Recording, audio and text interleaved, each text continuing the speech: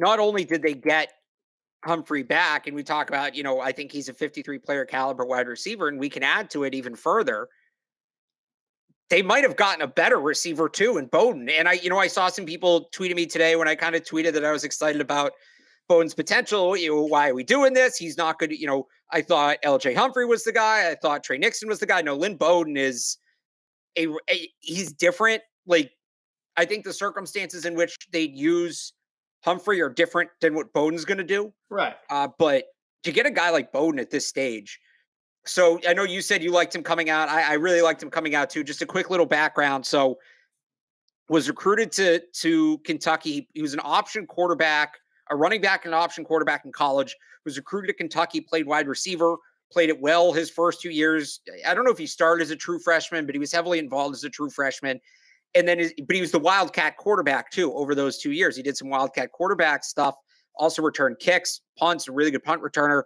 His junior year, their top two quarterbacks get hurt. They kind of go to him and say, hey, you want to be our starting quarterback? You've been a Wildcat quarterback.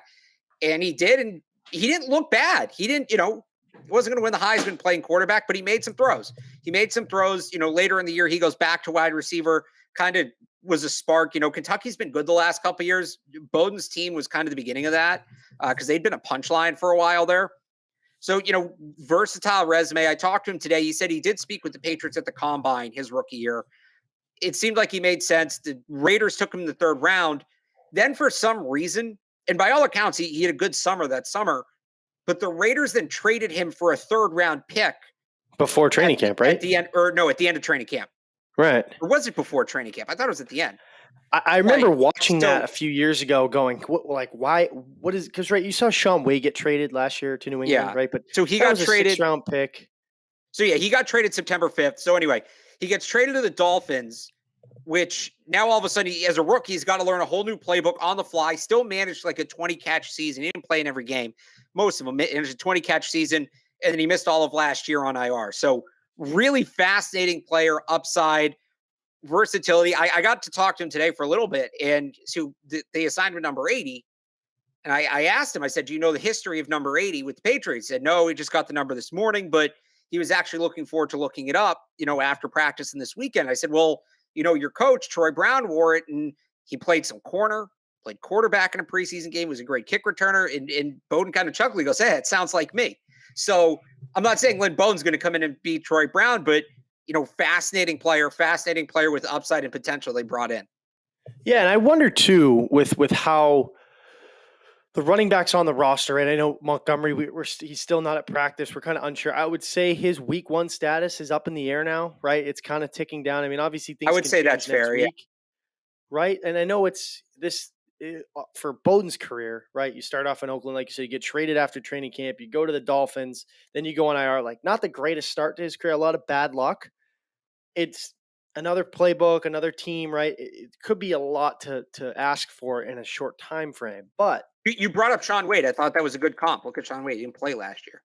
Right. But I wonder too, with their running backs on the roster right now, if Montgomery were to go down, I wonder if you can throw a guy like this in the mix, a few weeks down the road. If this injury is more serious, I think this guy's a true Swiss Army knife for them.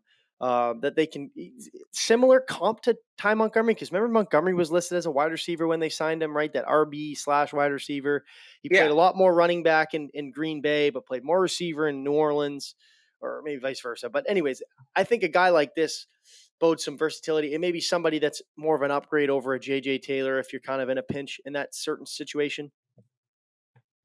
Yeah, no, I mean, I think there's a ton of possibility in what he can do. I think they can use him in a number of different ways.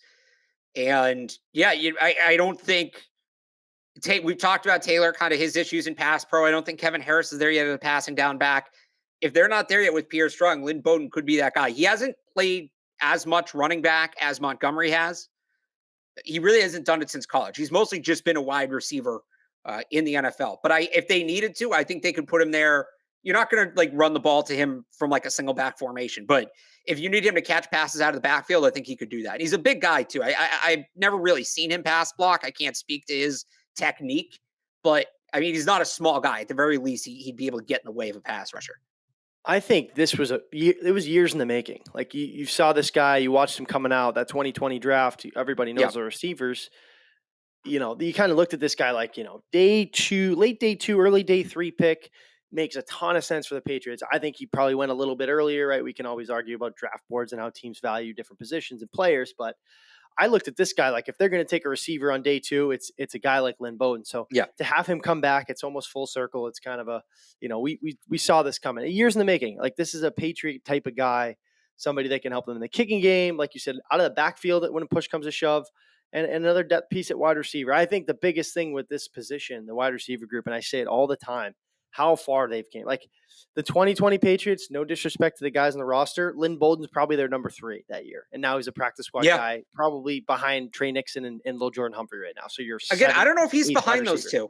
I don't know if he's behind those two. And I mean, some of it, they're 3 very different receivers. So some of it is, what do you want the guy to do if it's for and an it's injury, game plan specific, replace, right? But, What do you right. But I would say Bowden and Humphrey are comparable.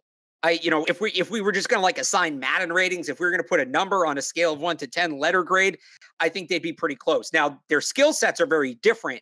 So like, let's say Devonte Parker gets hurt, right?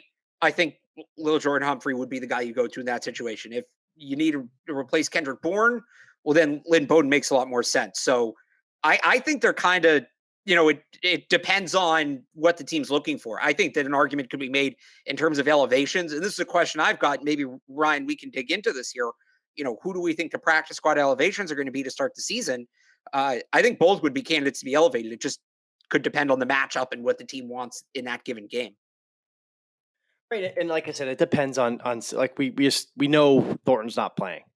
Right, week 1. What about Montgomery? Right, and you're allowed up to. I always forget because once COVID happened, they changed the rules with the practice squad. 2 elevations. So you can elevate 2 players per game standard. If you have players with if you had players with COVID, you could elevate more. That's gone. Yeah. So you can elevate 2 players per game. Each player can be elevated up to 3 times in a season. Right. After that, if you want them to play, you have to like actually sign them to the 53. Right. Okay. So I mean, in a pinch early on in the year, I think these 2 guys could potentially push for an opening day roster spot. Like you see too, this initial 53-man roster. Like watch how much it changes from week 1. Like with watch how much it changes before week 1. That's what I mean. Before week 1, like the roster they have right now isn't going to be the team on the field. It just things are going to change. Be inactives. There'll be guys that come up.